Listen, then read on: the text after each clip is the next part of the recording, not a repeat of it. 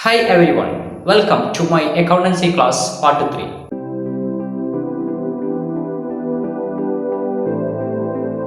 The last video we discussed about what is receipt and payment account, its features and what is the format of receipt and payment account.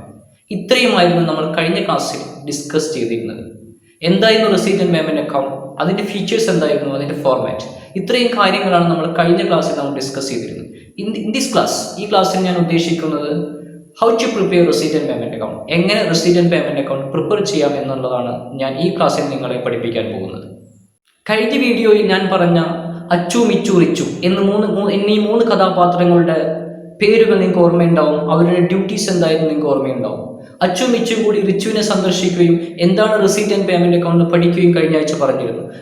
വളരെ നല്ല രൂപത്തിൽ പോയിക്കൊണ്ടിരിക്കുന്ന cobra arts and sports ക്ലബിന്റെ സെക്രട്ടറിയായ റിച്ചു അന്നേ ദിവസം തന്നെ അവർക്ക് അവരുടെ ക്യാഷ് ബുക്കിന്റെ സമ്മറി, ക്യാഷ് റെസീറ്റിന്റെയും പേയ്മെന്റിന്റെയും സമ്മറി അച്ചുവിനും മിച്ചുവിനും നീട്ടിക്കൊണ്ട് പറഞ്ഞു, നിങ്ങൾ ഇനി ഇത് വെച്ചൊന്ന് റെസീറ്റ് ആൻഡ് പേയ്മെന്റ് അക്കൗണ്ട് തയ്യാറാക്കി നോക്കൂ എന്ന് പറഞ്ഞു. അപ്പോൾ മിച്ചു ചോദിച്ചു, ഇതിനെന്തെങ്കിലും സ്റ്റെപ്സുകളുണ്ടോ? ഉണ്ട്, ആ 5 സ്റ്റെപ്സുകളാണുള്ളത്. ഒന്ന്, it begin with opening balance. എപ്പോഴും നമ്മൾ തുടങ്ങേണ്ടത് റെസീറ്റ് ആൻഡ് പേയ്മെന്റ് അക്കൗണ്ട് തുടങ്ങേണ്ടത് ഓപ്പണിംഗ് ബാലൻസ് വെച്ചിട്ടാണ്. അപ്പോൾ ആദ്യം we should end the opening balance on the debit side. എല്ലായ്പ്പോഴും ഓപ്പണിംഗ് ബാലൻസ് എവിടെയാണ് എഴുതേണ്ടത്? ഡെബിറ്റ് സൈഡിൽ. ബാങ്ക് ഓവർ ഡ്രാഫ്റ്റ് ആണെങ്കിൽ എവിടെ എഴുതേണ്ടത്? Payment side. അപൂർവമായിട്ട് ഓവർ ഡ്രാഫ്റ്റ് വരാറുണ്ട്, അപ്പോൾ എഴുതേണ്ടത് എവിടെ? Payment side. അല്ലെങ്കിൽ എപ്പോഴും എഴുതേണ്ടത് എവിടെ? Debit side. അപ്പോൾ it begins with opening balance, ഒന്നാമത്തെ സ്റ്റെപ്പാണ്. The opening balance should be ended on the debit side. എല്ലായ്പ്പോഴും ഡെബിറ്റ് സൈഡിലാണ് ഓപ്പണിംഗ് ബാലൻസ് എൻ്റർ ചെയ്യേണ്ടത്. അത് ക്യാഷ് ഇൻ ഹാൻഡ് ഉണ്ടാവാം, ക്യാഷ് ഇൻ ബാങ്ക് ഉണ്ടാവാം. നെക്സ്റ്റ് സ്റ്റെപ്പ് എന്താണ്? Next step, all receipt should be ended on the receipt side. എല്ലാ റെസീറ്റും, whether it is capital receipts or revenue receipt, capital receipt ആയിക്കോട്ടെ revenue receipt ആയിക്കോട്ടെ, എല്ലാ റെസീറ്റുകളും എവിടെ enter ചെയ്യുക? Receipt സൈഡിൽ എൻ്റർ ചെയ്യുക. നമുക്ക് ഫോർമാറ്റ് അറിയാം, receipt amount, payment amount, receipt സൈഡിൽ എൻ്റർ ചെയ്യുക. Third step, all payments are ended on the debit payment side, that means credit side. All payments are ended on the credit side, payment സൈഡിൽ enter ചെയ്യുക. 3 step പറഞ്ഞു. Opening balance വെച്ച് start ചെയ്യുക. Second, എല്ലാ റെസീറ്റുകളും നമുക്ക് നോക്കിയാൽ അറിയാം, ഐറ്റംസ് നോക്കിയാൽ അറിയാം, എല്ലാ റെസീറ്റുകളും എവിടെ എഴുതാം? റെസീറ്റ് സൈഡിൽ എഴുതാം. എല്ലാ പേയ്മെന്റ്സുകളും should be ended on the payment side. Fourth should not include, there is non-cash item. It should not include non-cash item. ഒരിക്കലും നോൺ ക്യാഷ് ഐറ്റംസ് എടുക്കരുത്. പേയബിൾ, റിസീവബിൾ, കൊടുക്കാനുള്ളത് കിട്ടാനുള്ളത് പോലത്തെ ഐറ്റംസ് എടുക്കരുത്. For example depreciation, outstanding expense, accrued income പോലത്തെ എക്സ്പെൻസുകളോ ഇൻകംസോ ഒരിക്കലും എടുക്കരുത്. ക്യാഷ് ഐറ്റംസ് മാത്രമാണ് എടുക്കാൻ. Last it should be balanced. Last എന്ത് ചെയ്യുക? അത് ബാലൻസ് ചെയ്യുക. റെസീറ്റ് സൈഡിൽ നിന്ന് പേയ്മെന്റ് സൈഡ് കുറച്ചാൽ കിട്ടുന്ന ലാസ്റ്റ് ആൻസർ പറയാം. The last answer is called closing cash അല്ലെങ്കിൽ ക്ലോസിംഗ് ബാങ്ക്. ലാസ്റ്റ് കിട്ടുന്ന ആൻസറിനെ പറയാം ക്ലോസിംഗ് ക്യാഷ് ഓർ ബാങ്ക്. അങ്ങനെ 5 സ്റ്റെപ്പാണ് ഇതിനുള്ളത്. ഓപ്പണിംഗ് ബാലൻസിൽ തുടങ്ങുക, എല്ലാ റെസീറ്റുകളും റെസീറ്റ് സൈഡിൽ എഴുതുക, എല്ലാ പേയ്മെന്റുകളും പേയ്മെന്റ് സൈഡിൽ എഴുതുക. നോൺ ക്യാഷ് ഐറ്റം എല്ലാം ക്വസ്റ്റ്യൻ വന്നിട്ടുണ്ടെങ്കിൽ അത് എടുക്കരുത്. റെസീറ്റ് ആൻഡ് പേയ്മെന്റ് അക്കൗണ്ട് എടുക്കരുത്, ക്യാഷ് ഐറ്റംസ് മാത്രമേ എടുക്കുള്ളൂ. ലാസ്റ്റ് സാധാരണ ലെഡ്ജർ അക്കൗണ്ട് ബാലൻസ് ചെയ്യുന്നതിൽ ബാലൻസ് ചെയ്യുക. Then you will get the closing cash. റിച്ച് കൊടുത്ത ക്യാഷ് ബുക്കിന്റെ സമ്മറി ആവുന്നവർ നോക്കി. അതിൽ ഫസ്റ്റ് ഐറ്റം കണ്ടു opening balance. Okay, opening balance അവർ ചിന്തിച്ചു, ഓപ്പണിംഗ് ബാലൻസ് വെച്ചിട്ടാണ് തുടങ്ങേണ്ടത്. അത് മനസ്സിലായി, എവിടെ എഴുതേണ്ടത് മനസ്സിലായി. റെസീറ്റ് സൈഡിൽ ആദ്യം എഴുതേണ്ടത് ഓപ്പണിംഗ് ബാലൻസ് ആണെന്ന് മനസ്സിലായി. രണ്ടാമത്തെ ഐറ്റം സബ്സ്ക്രിപ്ഷൻ ആയിരുന്നു.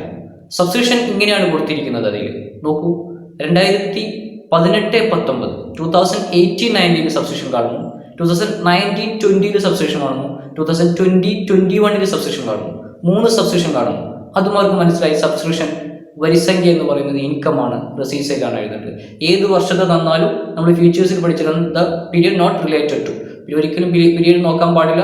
ഏത് വർഷത്തെ തന്നാലും അത് നമുക്ക് റെസീറ്റ് ആൻഡ് പേയ്മെന്റ് അക്കൗണ്ടിൽ എടുക്കാം എന്ന് മനസ്സിലായി. Third item entrance fee. Okay, അത് അഡ്മിഷൻ ഫീ ആണ്, റെസീറ്റ് ആണ്. അത് അവർക്ക് മനസ്സിലായി, റെസീറ്റ് സൈഡിൽ എഴുതുന്നു. നെക്സ്റ്റ് ഐറ്റം ലൈഫ് മെമ്പർഷിപ്പ് ഫീ, ആജീവനാന്ത ഫീ എന്ന് പറയാം. വർഷത്തിൽ ലൈഫിൽ ഒരു വട്ടം മാത്രം കിട്ടുന്ന ഫീ ആണത്. അതും എവിടെയാണ് എടുക്കേണ്ടത് മനസ്സിലായി, റെസീറ്റ് ആണ് അവർക്ക് മനസ്സിലായി. ലൈഫ് മെമ്പർഷിപ്പ് ഫീ ആണ്, റെസീറ്റ് ആണ് മനസ്സിലായി. Next sale of old news paper വിറ്റ് കിട്ടുന്ന തുക, റെസീറ്റ്. ഓക്കെ, അവർ ചിന്തിച്ചു. എഴുതുമ്പോൾ റെസീറ്റ് ആൻഡ് പേയ്മെന്റ് തയ്യാറാക്കുമ്പോൾ റെസീറ്റ് സൈഡിൽ എഴുതുക, ഐറ്റം എവിടെ എഴുതുക എന്ന് അവർക്ക് മനസ്സിലാക്കി. നെക്സ്റ്റ് ഡൊണേഷൻ ഫോർ പവലിയൻ കിട്ടാൻ വേണ്ടി കിട്ടിയ ഡൊണേഷൻ, സംഭാവന. Okay, that is specific donation. അത് റെസീറ്റ് ആണ്, അത് റെസീറ്റ് സൈഡിലാണ് എഴുതേണ്ടത് അവർ മനസ്സിലാക്കി. പവലിയൻ കിട്ടാൻ വേണ്ടി നമ്മൾ 2 ഡൊണേഷൻ ഫോർമാറ്റിൽ പഠിച്ചിരുന്നു.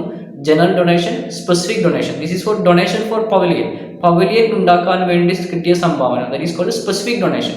ഡൊണേഷൻ ഏതാണെങ്കിൽ നമ്മൾ കാണിക്കേണ്ടത് എവിടെ തന്നെയാണ്? റെസീറ്റ് സൈഡിലാണെന്നത് അവർ ഒരു ഐറ്റം കാണുമ്പോൾ അവർ ചിന്തിച്ചു വെച്ചു. Next interest on investment. ഇൻവെസ്റ്റ്മെന്റിൽ നിന്നുണ്ടാവുന്ന ഇൻട്രസ്റ്റ്, പലിശ, നമ്മൾ പുറത്ത് നിക്ഷേപത്തിൽ നിന്ന് നമുക്ക് കിട്ടുന്ന പലിശ, that is called interest on investment. Interest on investment അവർ ചിന്തിച്ചു, മിച്ചും അച്ചും ചിന്തിച്ചു. Okay, this is which is shown in the receipt side. അത് റെസീറ്റ് സൈഡാണ് കാണിക്കുന്നത്, കാരണം അത് ഇൻകം ആണ്, സ്ഥാപനത്തിന് ക്ലബിനുള്ള വരുമാനമാണെന്ന് ഓരോ ഐറ്റം കാണുമ്പോഴും അവർ ചിന്തിച്ചു. Purchase of sports material. ക്ലബ്ബാണ്, കോബ്ര ക്ലബ്ബാണ്, പർച്ചേസ് ചെയ്തേക്കാണ്, സ്പോർട്സ് മെറ്റീരിയൽ പർച്ചേസ് ചെയ്തേക്കുന്നത്. ആ ഐറ്റം കണ്ടപ്പോൾ അവർ ചിന്തിച്ചു പർച്ചേസ് ആണ്, നമ്മുടെ കയ്യിൽ നിന്ന് ക്യാഷ് പോവാണ്. അപ്പോൾ എവിടെ കാണിക്കണം? പേയ്മെന്റ് സൈഡിൽ കാണിക്കണമെന്ന് അച്ചും മിച്ചും ധാരണ കെട്ടി. Next purchase of investment. Investment purchase ചെയ്യാണ്, അഥവാ ഇൻവെസ്റ്റ്മെന്റ് നമ്മൾ എവിടെയെങ്കിലും കൊണ്ടുപോയി നിക്ഷേപിക്കുമ്പോൾ നമ്മുടെ കയ്യിൽ നിന്ന് ക്യാഷ് പോവുകയാണ്.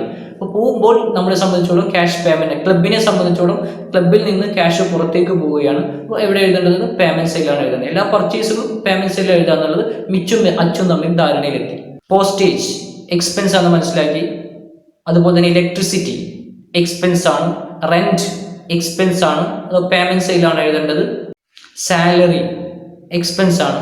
ഹോണറേറിയം നമ്മൾ ഫോർമാലിൽ പഠിച്ചതാണ്. ഹോണറേറിയം പാരിതോഷികം ആർക്കെങ്കിലും കൊടുക്കുമ്പോൾ അതിനെ പറയും ഹോണറേറിയം എന്ന് പറയും, എക്സ്പെൻസ് എന്ന് പറയും. ടെലിഫോൺ ചാർജ്, ടെലിഫോണിന്റെ ചാർജ് ക്ലബിന് ഉണ്ടാവുന്നത് എക്സ്പെൻസ് ആണ്. ഇപ്പോൾ റെസീറ്റ് ഏതൊക്കെയാണെന്നുള്ളതും പേയ്മെന്റ് ഏതൊക്കെയാണെന്നുള്ളതും ഒരു ഏകദേശം ആ സമ്മറി കിട്ടിയപ്പോൾ തന്നെ, ക്യാഷിന്റെ കോബ്ര ക്ലബിന്റെ സമ്മറി കിട്ടിയപ്പോൾ തന്നെ അവർക്ക് മനസ്സിലായി. ഇനി അവരത് വരയ്ക്കാൻ തുടങ്ങുകയാണ്. നമുക്ക് നോക്കാം എങ്ങനെയാണ് റെസീറ്റ് ആൻഡ് പേയ്മെന്റ് അക്കൗണ്ട് വരയ്ക്കും നോക്കാം. ഈ ക്വസ്റ്റ്യൻ വെച്ചിട്ട് നമുക്ക് എങ്ങനെയാണ് റെസീറ്റ് ആൻഡ് പേയ്മെന്റ് അക്കൗണ്ട് തയ്യാറാക്കും നോക്കാം.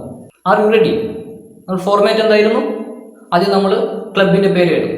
ഏത് ക്ലബ്ബാണ് ഇവിടെ? Cobra arts and sports club. ഏത് വർഷം വരയ്ക്കുന്നത്? For the year 31 March 2020. അത് എഴുതുക ആദ്യം heading. Next receipt amount, payment amount എഴുതിയോ? ഓക്കെ. ആദ്യം ഐറ്റം ഏതാ? Opening balance. ആദ്യം ഓപ്പണിംഗ് ബാലൻസ് കാണിക്കാം. It begins with opening balance. നമുക്കറിയാം ഓപ്പണിംഗ് ബാലൻസ് ക്യാഷ് ഉണ്ട്, ബാങ്ക് ഉണ്ട്, രണ്ട് എമൗണ്ട് കാണിക്കാം. Cash in hand, cash at bank. Opening balance കാണിക്കാം. നെക്സ്റ്റ് എല്ലാ റെസീറ്റുകളും കാണിക്കാം. നമുക്ക് മനസ്സിലാക്കിയ എല്ലാ റെസീറ്റുകളും കാണിക്കാം. പേയ്മെന്റ് സൈഡിൽ എല്ലാ പേയ്മെന്റുകളും കാണിക്കുക. ലാസ്റ്റ് ബാലൻസ് ചെയ്യാം. നമുക്ക് നോക്കാം. രണ്ടാമത്തെ ഐറ്റം ഏതാ? സബ്സ്ക്രിപ്ഷൻ. റെസീറ്റ് സൈഡിൽ കാണിച്ചു. 3 വർഷത്തെ സബ്സ്ക്രിപ്ഷൻ തന്നിട്ടുണ്ട്. 3 വർഷത്തിൽ നമുക്ക് കാണിക്കാം. 3 വർഷത്തിൽ റെസീറ്റ് സൈഡിൽ കാണിച്ചു. എൻട്രൻസ് ഫീ തേർഡ് ആയിട്ട് റെസീറ്റ് സൈഡിൽ കാണിക്കാം. എൻട്രൻസ് ആണ്, എൻട്രൻസ് ഫീ ആണ്. നമുക്ക് ഇങ്ങോട്ട് ക്യാഷ് കിട്ടുകയാണ്, ക്ലബിന് ക്യാഷ് കിട്ടുകയാണ്, റെസീറ്റ് സൈഡിൽ കാണിക്കാം. Next life membership fee. ക്ലബിനെ സംബന്ധിച്ച് ക്യാഷ് ക്ലബിലോട്ട് വരികയാണ്, നമ്മളിവിടെ കാണിക്കേണ്ടത് റെസീറ്റ് സൈഡ്. റെസീറ്റ് സൈഡിൽ കാണിച്ചു. നെക്സ്റ്റ് ആയിട്ട് ഏതാ? Sale of old newspaper. സ്ഥാപനത്തിലുള്ള ഓൾഡ് ന്യൂസ് പേപ്പർ വിറ്റാൽ കുറച്ച് എമൗണ്ട് നമുക്ക് കിട്ടും, അത് റെസീറ്റ് ആണ്, നമുക്കിവിടെ ക്യാഷ് കിട്ടാണ്, നമുക്ക് റെസീറ്റ് സൈഡിൽ കാണിക്കാം. നെക്സ്റ്റ് ഏതാ? Donation for pavilion. പവലിയൻ കെട്ടാൻ വേണ്ടി നമുക്ക് കിട്ടിയ സംഭാവന, ക്ലബിനെ സംബന്ധിച്ച് റെസീറ്റ് ആണ്. V can show in receipt. നമുക്ക് റെസീറ്റ് സൈഡിൽ കാണിക്കാം donation for pavilion. Next interest on investment. നമ്മൾ പുറത്ത് ഇൻവെസ്റ്റ് ചെയ്യുന്ന അതിൽ നിന്ന് നമുക്ക് കിട്ടുന്ന പലിശ, നമ്മളെ സംബന്ധിച്ചത് എന്താ? റെസീറ്റ് ആണ്. ക്ലബിനെ സംബന്ധിച്ചത് എന്താ? റെസീറ്റ് ആണ്. നമുക്ക് ഇവിടെ കാണിക്കാം, റെസീറ്റ് സൈഡിൽ കാണിക്കാം. Next purchase of sports material. Sports material purchase ചെയ്യാണ്, നമുക്ക് സ്പോർട്സ് മെറ്റീരിയൽ ഇങ്ങോട്ട് കിട്ടുന്നു, നമ്മുടെ കയ്യിൽ നിന്ന് എന്ത് പോകുന്നു? ക്യാഷ് പോകുന്നു. അപ്പോൾ അവിടെ കാണിക്കണം, പേയ്മെന്റ് സൈഡിൽ കാണിക്കാം. അപ്പോൾ പേയ്മെന്റ് സൈഡിൽ നമ്മൾ എഴുതാം by purchase of sports material. Next എന്താ കാണുന്നത്? Purchase of investment. നമ്മൾ ഇൻവെസ്റ്റ്മെന്റ് പർച്ചേസ് ചെയ്യുകയാണ്, നമ്മുടെ കയ്യിൽ നിന്ന് ഇൻവെസ്റ്റ്മെന്റ് പുറത്തേക്ക് പോവുകയാണ്, പുറത്തെവിടെ നിക്ഷേപിക്കാൻ വേണ്ടി നമ്മൾ പുറത്തേക്ക് നമ്മുടെ കയ്യിൽ നിന്ന് ക്യാഷ് പോവുകയാണ്. നമ്മൾ എവിടെ എഴുതേണ്ടത്? എല്ലാ പർച്ചേസുകളും പേയ്മെന്റ് സൈഡിലാണ് വരിക, കാരണം ക്യാഷ് നമ്മുടെ കയ്യിൽ നിന്ന് പോവുകയാണ്. അപ്പോൾ നമ്മൾ എഴുതണം പേയ്മെന്റ് സൈഡിൽ എഴുതാം purchase of investment. Next postage and Telegram. Postage and Telegram നമുക്ക് എവിടെ എഴുതാം? എക്സ്പെൻസ് ആണ്, നമുക്ക് എവിടെ എഴുതാം? പേയ്മെന്റ് സൈഡിൽ എഴുതാം. നെക്സ്റ്റ് ഐറ്റം എന്താ? റെന്റ്. എക്സ്പെൻസ് ആണ്, എക്സ്പെൻസ് സൈഡിൽ എഴുതാം. നെക്സ്റ്റ് ഐറ്റം എന്താ? ഇലക്ട്രിസിറ്റി. നമുക്ക് എവിടെ എഴുതാം? എക്സ്പെൻസ് ആണ്, പേയ്മെന്റ് ആണ്, പേയ്മെന്റ് സൈഡിൽ എഴുതാം. Next honorarium. എക്സ്പെൻസ് ആണെന്ന് മനസ്സിലായിരുന്നു, പേയ്മെന്റ് ആണെന്ന് മനസ്സിലായിരുന്നു, നമ്മുടെ കയ്യിൽ നിന്ന് ക്യാഷ് പോവുകയാണ്, നമുക്ക് പേയ്മെന്റ് സൈഡിൽ എഴുതാം. Next telephone charges. എക്സ്പെൻസ് ആണ് നമുക്കറിയാം, പേയ്മെന്റ് ആണെന്നറിയാം, that we can show in payment side. ഇനി നമ്മൾ ചെയ്യേണ്ടത് നമ്മുടെ receipt and payment account balance ചെയ്യുകയാണ് വേണ്ടത്. റെസീറ്റ് സൈഡിൽ ടോട്ടൽ ചെയ്യുക. അതായത് 36,000, 50,000, 90,000, 6,000, 8,000, 500, 60,000, 600. ഇത് ആഡ് ചെയ്യുമ്പോൾ വരുന്നത് 2,51,100 ആണ്. ഇനി നമ്മൾ പേയ്മെന്റ് സൈഡ് അതുപോലെ അതൊന്ന് റഫായിട്ട് എഴുതി വയ്ക്കുക, എന്നിട്ട് പേയ്മെന്റ് സൈഡ് ഒന്ന് ആഡ് ചെയ്ത് നോക്കുക. പേയ്മെന്റ് സൈഡിൽ 34,000, 40,000, 1,000, 2,000, 8,000, 4,000, 12,000, 1,600. ഇത് നമ്മൾ ആഡ് ചെയ്യുമ്പോൾ വരുന്നത് 1,02,600 ആണ് വരുന്നത്. അപ്പോൾ ഏറ്റവും കൂടുതലുള്ളത് എവിടെയാണ്? റെസീറ്റ് സൈഡിൽ തന്നെയാണ് കൂടുതൽ. അപ്പോൾ 2,51,100 രണ്ട് സൈഡിലും എഴുതി വയ്ക്കുക. അതിനുശേഷം അത് ബാലൻസ് ചെയ്യുക. അഥവാ 2,51,100 നിന്ന് 1,02,600 മൈനസ് ചെയ്യുക. ഇപ്പോൾ റെസീറ്റ് കൂടുതലാണ്, പേയ്മെൻ്റ് ആണ് കുറവ്. അപ്പോൾ ബാലൻസ് എവിടെ വരിക പേയ്മെൻറ്റ് സൈഡിൽ തന്നെയാണ് വരിക. അതിനെന്ത് കൊടുക്കാം? By closing balance. അപ്പോൾ ക്യാഷിൽ ബാങ്കിൽ എത്ര ക്യാഷ് ഉണ്ട് നമ്മളിത് പറയുന്നില്ല, അതുകൊണ്ട് നമുക്ക് ആ ബാലൻസിന് എന്തിലേക്ക് കൊടുക്കാം? ക്യാഷ് ഇൻ ഹാൻഡ് ആയിട്ട് മാറ്റാം. ബാങ്കിൽ എങ്ങാനും ക്യാഷ് പറയുന്നുണ്ടെങ്കിൽ ബാങ്കിൽ ഇപ്പോൾ ഫോർ എക്സാമ്പിൾ ഇതിന് ഡിഫറൻസ് വരുന്നത് 2,51,100 നിന്ന് 1,02,600 മൈനസ് ചെയ്താൽ നമുക്ക് കിട്ടാം 1,48,500 ആണ്. അതാണ് ആൻസർ. അത് നമ്മൾ കൊടുക്കേണ്ടത് ക്ലോസിംഗ് ബാലൻസ് ആണ് കൊടുക്കേണ്ടത്. ഇനി എങ്ങാനും ക്വസ്റ്റ്യനിൽ ക്ലോസിംഗ് ക്യാഷ് അറ്റ് ബാങ്ക് എന്ന് പറഞ്ഞിട്ട് ഒരു 1 lakh ഒക്കെ എടുക്കുന്നുണ്ടെങ്കിൽ അപ്പോൾ ബാക്കി 48,500 ആണ് ക്യാഷ് ഇൻ ഹാൻഡ് ആയിട്ട് എഴുതുന്നുണ്ട്. ഇവിടെ ബാങ്കിലെ ക്യാഷ് ക്ലോസിംഗ് എത്രയെന്ന് നമ്മളോട് പറയുന്നില്ല, അതുകൊണ്ട് നമുക്ക് എന്ത് ചെയ്യാം? ആ മൊത്തം എമൗണ്ട് ക്യാഷ് ഇൻ ഹാൻഡ് എന്നിട്ട് പറഞ്ഞിട്ട് എഴുതാം. ക്ലോസിംഗ് ബാലൻസിൽ എന്തായിട്ട് കൊടുക്കാം? Cash in hand. അപ്പോൾ ആൻസർ എത്ര വരുന്നത്? 1,48,500. അതെങ്ങനെയാണ് കിട്ടുന്നത്? 2,51,100 നിന്ന് റെസീറ്റ് സൈഡിലെ ടോട്ടലിൽ നിന്ന് പേയ്മെൻറ്റ് സൈഡിലെ ടോട്ടലായ റഫായിട്ട് എഴുതി വെച്ചിട്ടുണ്ടാവും 1,02,600 മൈനസ് ചെയ്യുക. അപ്പോൾ കിട്ടുന്നതാണ് 1,48,500. അപ്പോൾ എങ്ങനെയാണ് റെസീറ്റ് ആൻഡ് പേയ്മെന്റ് അക്കൗണ്ട് വരയ്ക്കേണ്ടത് മനസ്സിലായി കാണുമെന്ന് വിചാരിക്കുന്നു. എല്ലാ റെസീറ്റും റെസീറ്റ് സൈഡിൽ എഴുതാം, എല്ലാ പേയ്മെന്റുകളും പേയ്മെന്റ് സൈഡിൽ. ഒരു കാര്യം മാത്രം ഓർക്കുക, it begins with opening balance. Opening balance വെച്ച് സ്റ്റാർട്ട് ചെയ്യണം. ലാസ്റ്റ് കിട്ടുന്ന ആൻസർ എന്തായിരിക്കും? ക്ലോസിംഗ് ക്യാഷ് ആയിരിക്കും. എല്ലായ്പ്പോഴും എവിടെ കിട്ടാറ്? നമുക്ക് സാധാരണ റെസീറ്റ് കൂടുതലും പേയ്മെന്റ് കുറവായിരിക്കും. ചില സമയത്ത് നേരെ തിരിച്ചു വരാം. അപ്പോൾ നമ്മൾ എവിടെ ബാലൻസ് കിട്ടുക? ടൂൾ സൈഡിലാണ് കിട്ടുക. ഓക്കെ, എല്ലാവർക്കും മനസ്സിലായി വിചാരിക്കും. Next topic that is income and expenditure account. അതുമായി നെക്സ്റ്റ് വീഡിയോയിൽ വരാം. Okay, bye. Thank you.